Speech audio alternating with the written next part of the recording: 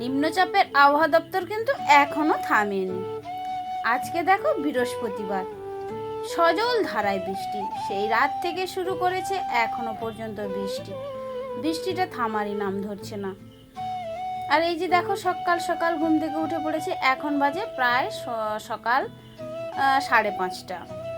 ওই যে বাসি বাসনটাও ছিল, ওটা ধুয়ে নিয়ে চলে এলাম, তারপরে দেখি আবার বৃষ্টি শুরু হয়ে গিয়েছে। তো কি করব, বাড়ির মধ্যে এই যে দুটো ছাতা ছিল, এই যে তোমাদের দাদা ভাইয়ের একটা ছাতা, আমার একটা ছাতা। ও বাজার থেকে একটা ছাতা নিয়ে এসেছিল ভিজা, এবং আমি যে বাড়িতে থাকি আমারও একটা ছাতা লাগে, যার কারণে দুটো ছাতা দেখো আমি কিন্তু গুছোতে শুরু করে দিয়েছি, কারণ সারা রাত এই দরের মধ্যে মিলে দেওয়া ছিল। আর এখন আমি দুটো ছাতা এক জায়গায় রেখে দিচ্ছি, সামনের দিকেই রাখছি, কারণ তোমাদের দাদাভাই ঘুম থেকে উঠে আবার বাজার যাবে, যার কারণে সামনে ছাতা রাখলে দেখতে পেয়ে যাবে, ওই জন্য আমি দুটো ছাতা একসঙ্গে রেখে দিয়েছি। তো দেখো তারপরে এই যে এই ঘরে চলে এসেছি ঝুলগুলো ঝেড়ে নিতে। এই যে ছোট্ট ঘরে আমার এই পাখার সাইডে না ঝুল হয়েছিল, কি ঝুল বলে তো, মাকড়সার ফাঁদ। আর এগুলো কিছুদিন আগেই কিন্তু ঝেড়েছিলাম, আর যেহেতু বেশি ব্যবহার হয় না, চুপচাপ শুনশান এই ঘরটা, আর যার কারণে একটু আধটু উপদ্রব হয়েই থাকে পশু পাখি। তো যাই হোক বন্ধুরা, শুভ সকাল আমার সকল প্রিয় বন্ধুরা। পূর্ব মেদিনীপুর জেলার ছোট্ট একটি গ্রাম থেকে আমি মানসী। আর বন্ধুরা, তোমরা যে যেখান থেকেই আমার ভিডিওটা দেখছো, আশা করি খুব ভালো আছো। ছোটদের ভালোবাসা, বড়দের আশীর্বাদ নিয়ে আমি আমার আজকের ভিডিওটা শুরু করলাম। আমার আরো একটা নতুন ব্লগে তোমাদের সকলকে স্বাগত এবং অনেক অনেক ভালোবাসা। বৃষ্টির দিনে না কিছুই ভালো লাগে না, আর বাড়ির মধ্যেই কাজপাটগুলো বেশিরভাগ করতে হয়।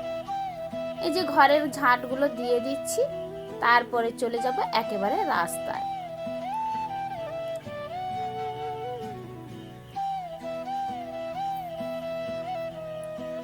এই যে বন্ধুরা দেখো, আমাদের এই যে রাস্তাটা, ঢালাই রাস্তাটা, জলটা জমা হয়ে গিয়েছিল, কারণ ঢালাইটা যখন শুরু করেছিল না, ওইখানে একটু ঢাল টাইপের রেখেছিল, কারণ ওই পাশে জলগুলো যাতে গড়ে গড়ে আসতে পারে, আর যার কারণে এইগুলো ঢালছে।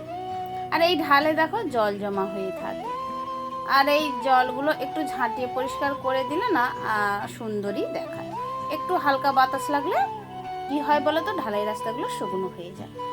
এই যে মাটিগুলো যেমন কিন্তু 3 দিন 4 দিন সময় লাগে শুকনো হতে, কিন্তু ঢালাই রাস্তা কিন্তু এক বেলায় যদি বৃষ্টি থেমে যায় না, খুব সুন্দর করে শুকনো হয়ে যায়। আর যার কারণে আমি ওই আশাতে কি করছি বলো তো, পুরো রাস্তাটা ভালো করে ঝাড় দিয়ে দিয়েছি।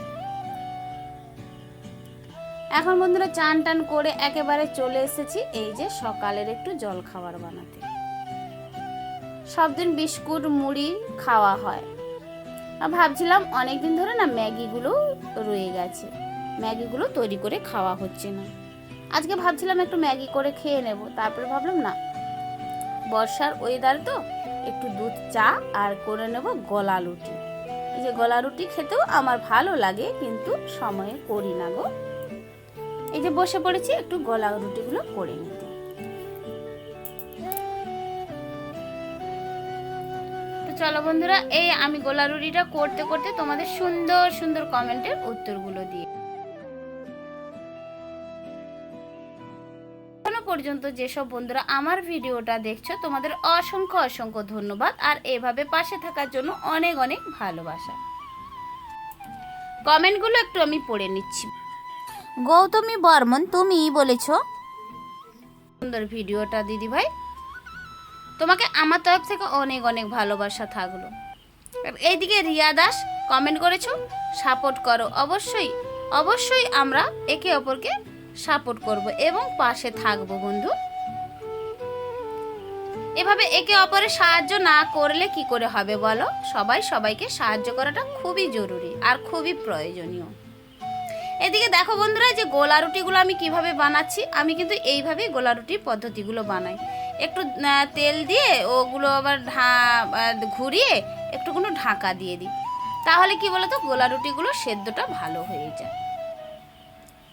আর এইদিকে দেখো চলে এসেছি আমি আমার রান্নাঘরে। এই যে বৃষ্টিটা কীরকম পড়ছে দেখো, আমি বৃষ্টির মধ্যেও এই যে রান্নাঘরটা না একটু অন্ধকার লাগছিল, তাই কারণে ওখানে আলোটা দেওয়ার জন্য জ্বালতে চলে গিয়েছিলাম। এইদিকে দেখো বন্ধুরা, আমি উনানটাও ধরিয়ে দিয়েছি। আর আজকে কিন্তু টুকটাক রান্না হবে। কেন বলো তো, বর্ষার ওয়েদার, একেও ভালো লাগছিল না। আর কি বলো তো, রান্না বান্না করতেও ভালো লাগছিল না। আর কি জানো তো বন্ধুরা, আমরা মেয়েরা যেই যেমনই পড়াশোনা করি না কেন বা চাকরি বাকরি করি না কেন, আর আমাদের খুন্তি পাশটা অবশ্যই আগে করাটা দরকার। আর কি জানো তো, কপালে থাকা দরকার যে আমরা রেস্ট করব, অন্য কেউ রান্না করে দেবে। আর বিশেষ করে তো এই কপালটা আমি এখনো পর্যন্ত করে উঠতে পারিনি। যাই হোক বন্ধুরা, একটু বলে ফেললাম মনের কষ্টের কথা, তোমরা আবার কিছু মনে করো না। এদিকে দেখো জলটা একটু গরম হয়ে গিয়েছিল, আর তারপরে তুলে দিচ্ছি এই যে চালটা। তো জানো তো বন্ধুরা, বৃষ্টিটা কিন্তু প্রচণ্ড হচ্ছিল। তারপরে এদিকে আমি রান্নাটা করতে করতে এত জোরে বৃষ্টিটা এসে গিয়েছিল, সে আর কি বলবো। তো দেখো বন্ধুরা, বৃষ্টির আওয়াজটা দেখলেও তোমরা বুঝতে পারবে।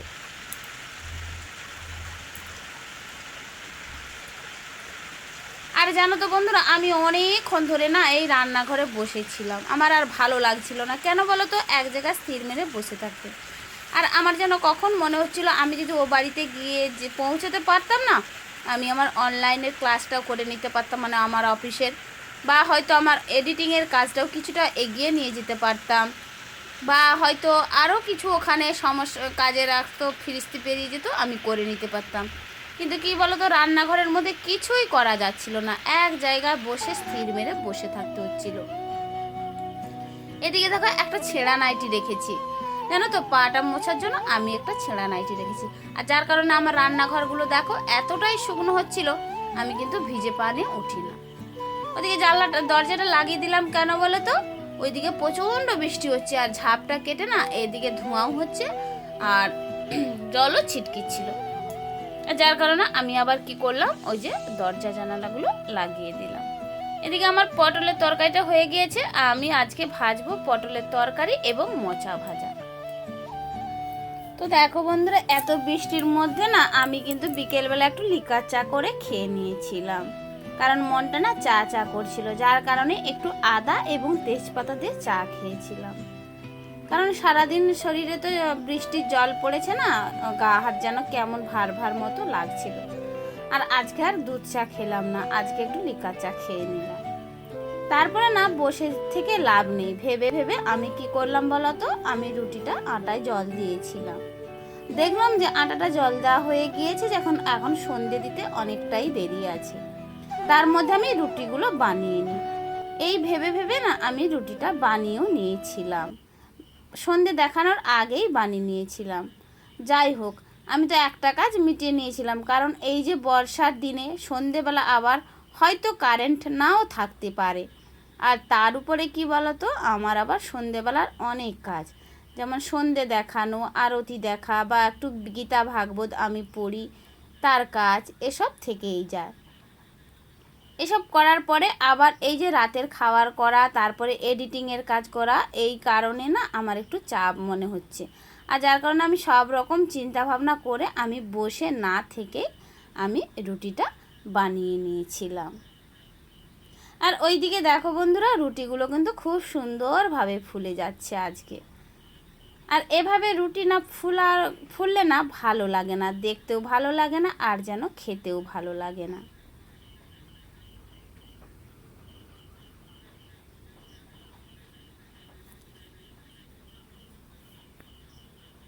তো এখনও যারা আমার ভিডিওটা যেসব বন্ধুরা দেখছো, আবারও বলছি তোমাদেরকে অসংখ্য অসংখ্য ধন্যবাদ এবং অনেক অনেক ভালোবাসা।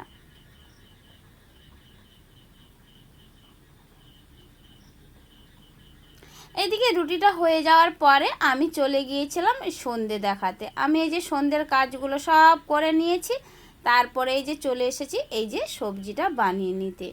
কি সবজি করেছি বলো তো, যে পেঁপে দিয়ে ডাল দিয়ে আলু দিয়ে তরকারিটা করেছি, যে নেড়ে ডালটা তুলে দিয়েছিলাম। আর এই দিকে দুধটাও বসিয়ে দিয়েছি। এখন আমাদের খাওয়া দাওয়া কমপ্লিট হয়ে গিয়েছে। তারপরে তোমাদের দাদাভাই না কয়েকটা নাইট ব্ল্যাম এনেছিল, এগুলো পরিয়েছিল। আর এই দেখো, মেয়েটা পুচকুটা এখনও বাড়ি যায়নি, ওর মা এসে নিয়ে চলে যাবে। তো চলো আজকের মতো ভিডিওটা এই পর্যন্ত। সুস্থ থেকো, ভালো থেকো।